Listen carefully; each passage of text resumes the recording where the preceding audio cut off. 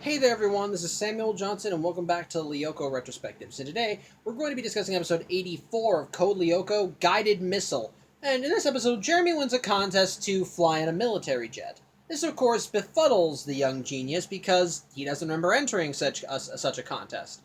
Well, it's because he wasn't the one that entered. Essentially, Odd was the one that entered, and because he wanted to fly in the jet, of course, but he knew that the odds of him winning were minimal at best, so he entered all of the group's names in an off chance that one of them may win, and Jeremy's name happened to be pulled. However, Jeremy notes that there's a flaw in his plan because apparently the prize is not transferable, so Jeremy is the one that won that, not Odd, and he can't just give it to him. But even with this in mind, Jeremy doesn't really plan to go on the jet, with him saying that there could be a XANA attack while he's out of commission. Of course, the rest of the group says, well, go on, it'll be fun, it'll be nice. And while Jeremy is reluctant, he does finally say, okay, you know what, fine, I'll go. I'll go on the jet. And so he does, but he openly admits to the crew that's working on it, including the captain of the jet, who just sidetrack. He's Johnny Bravo. Don't know why. It's just for whatever reason the English crew, the English VA crew had the pilot have a Johnny Bravo accent. Don't know why. Maybe it's because he wears sunglasses, even though the rest of him doesn't look like Johnny Bravo. But whatever. Henceforth, from this moment on, I'm going to keep calling him Captain Bravo. But whatever. Bottom line, Jeremy tells the crew that he's actually afraid of flying. That the only reason he came here was so that he wouldn't look like a chicken in front of his friends. So he suggests that they don't fly at all, and that they just do this photo shoot that the PR guy behind this event was planning to do anyway. That way he can get embarrassed in front of his friends. They can still look good for their magazine, and they can probably save money on fuel. And they actually do go for it. So I do like that. It's pretty much a win-win for everybody involved.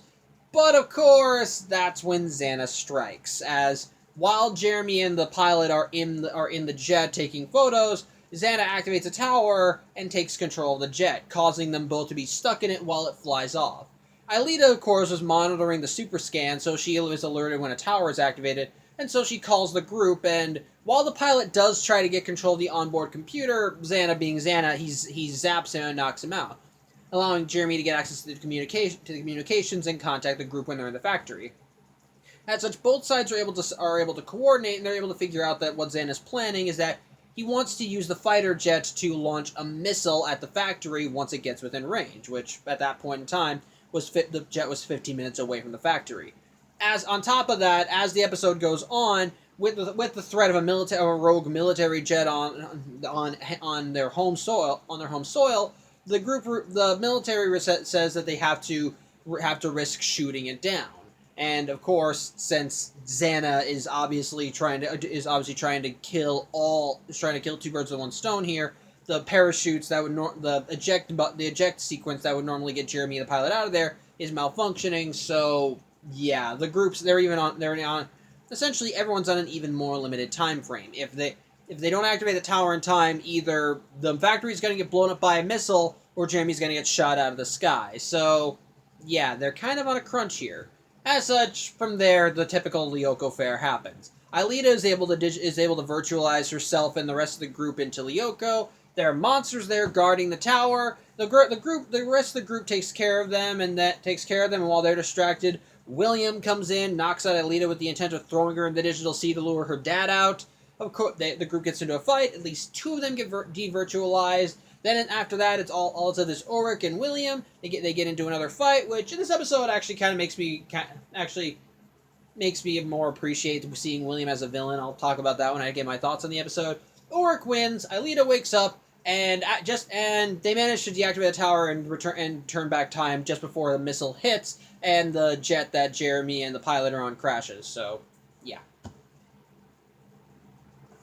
Otherwise, the episode is just kind of some standard filler but again, Code Lyoko does do its filler well.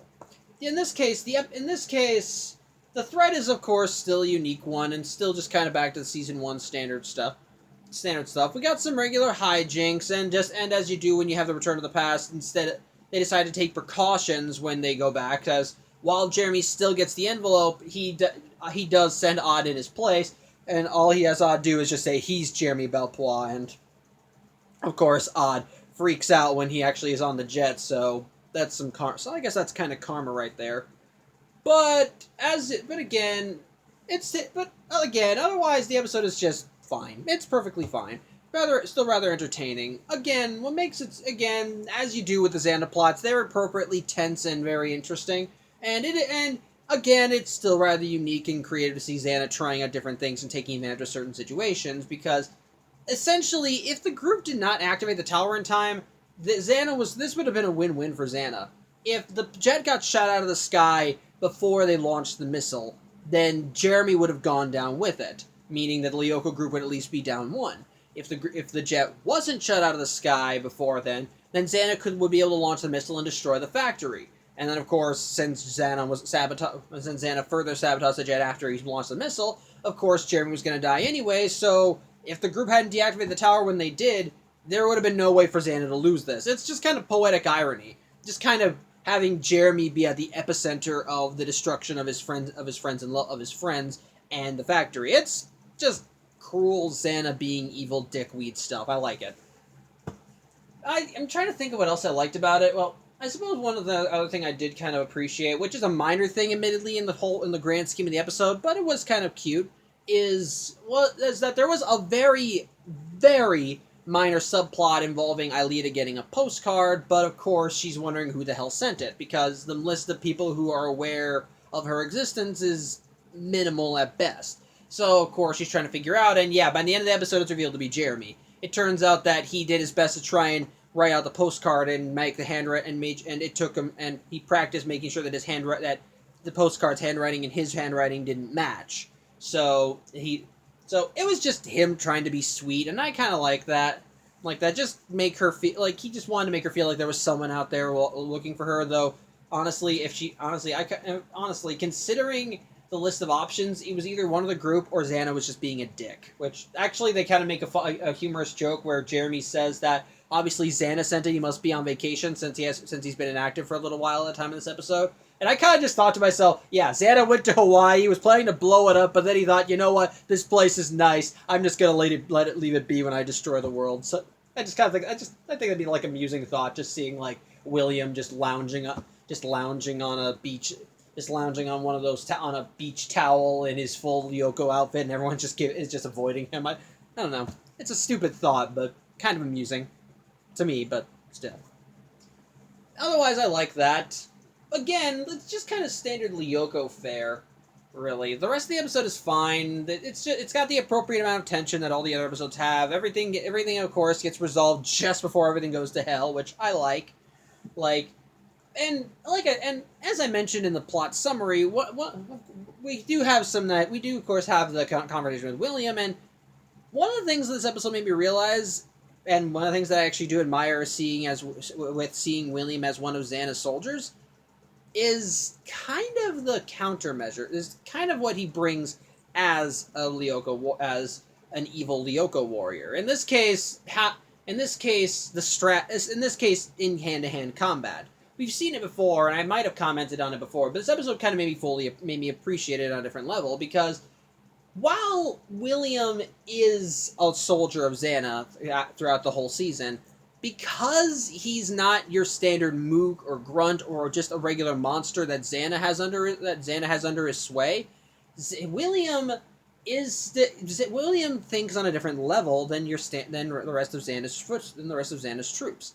Because he can think more complex. In hand-to-hand combat, he can strategize, adapt, think of new methods, and operate around them. He's still ultimately operating on XANA's agenda, but because he's more human, it allows him to think more outside the box. And seeing him in combat against Auric, I kind of like seeing their skills match. Whenever one of them kept getting an advantage, the other would try and adapt around it. It was a battle of skill and wit, and I liked seeing that. And watching that, it made me more fully appreciate seeing William on XANA's side, and more appreciate him as one of the bad guys, because again, he's not just your standard mook. He's a human being. He's smart, intelligent, can adapt, think outside the box. I like seeing that. It kind of made me more appreciate seeing him in XANA's corner. Again, I do want to still see him get freed. That's still part of that's still part of the whole tragedy of having him be there. But still, I more appreciate it. So, yeah, again. Otherwise, the episode is just fine. Just some standard filler stuff. Entertaining filler. Got some nice stuff in there. But otherwise, yeah, ultimately just regular filler. So, yeah, that's about it. I can't think of anything else to say. Thank you for watching. I'm Samuel Johnson, and I'll see you next week. Take care.